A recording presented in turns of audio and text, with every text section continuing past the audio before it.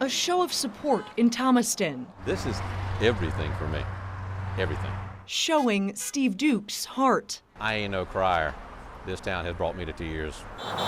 Those tears bringing him to his knees. I'm a Christian. I've been in church my whole life, and I totally understand where they're coming from, but this right here is wrong. Steve stepped out on faith to open Duke's Wine and Spirits, but now the trouble is how close it is to the church. It's bureaucracy and it's red tape. The red tape running Duke's business dry. Brand new cooler we had put in. Opening Duke's Wine and Spirits is his dream. This is the old Thomaston mill. We want it to say Thomaston. We don't want it to say liquor store. Right now, it just says closed because the State Department of Revenue denied Duke's liquor license. I'm not wealthy by any means. We risk it all to do this, and this American dream has pretty rapidly evolved into an American nightmare.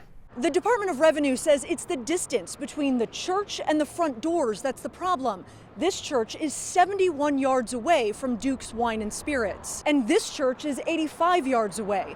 The law in the books in Georgia says a liquor store has to be 100 yards away from a church's front doors. Duke says it's a short distance that's putting his dreams out of reach. I realize that we live in the Bible Belt.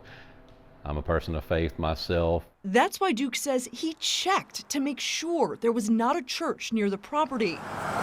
Duke won the license to operate a liquor store in Thomaston in August of 2022, and documents show he had the full support of the city at that address. 8 months later, a church signed a lease to worship in a building across the street. Later that summer, another church moved in next door. There's no arguing who was here first. The city of Thomaston doesn't dispute that. In December of 2023, Duke's liquor license was denied by the state because the Department of Revenue ruled it was too close to the churches. I take the stand against alcohol because that's what my faith is.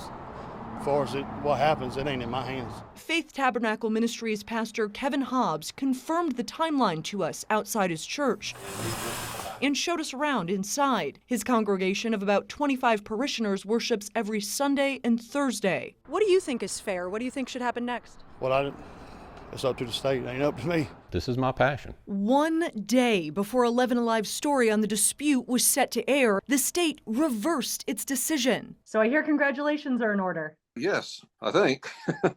After we asked questions about Duke's denial, the Department of Revenue granted his appeal. This whole back wall over here is a wine wall. And ruled he should be awarded the liquor license. I really believe you guys giving this the attention we felt like it needed. I don't think it's a coincidence that we got a decision the day before the 11 Alive story was supposed to run. Grateful for the outpouring of support from the community, Duke plans to open the doors as soon as he has his liquor license in hand.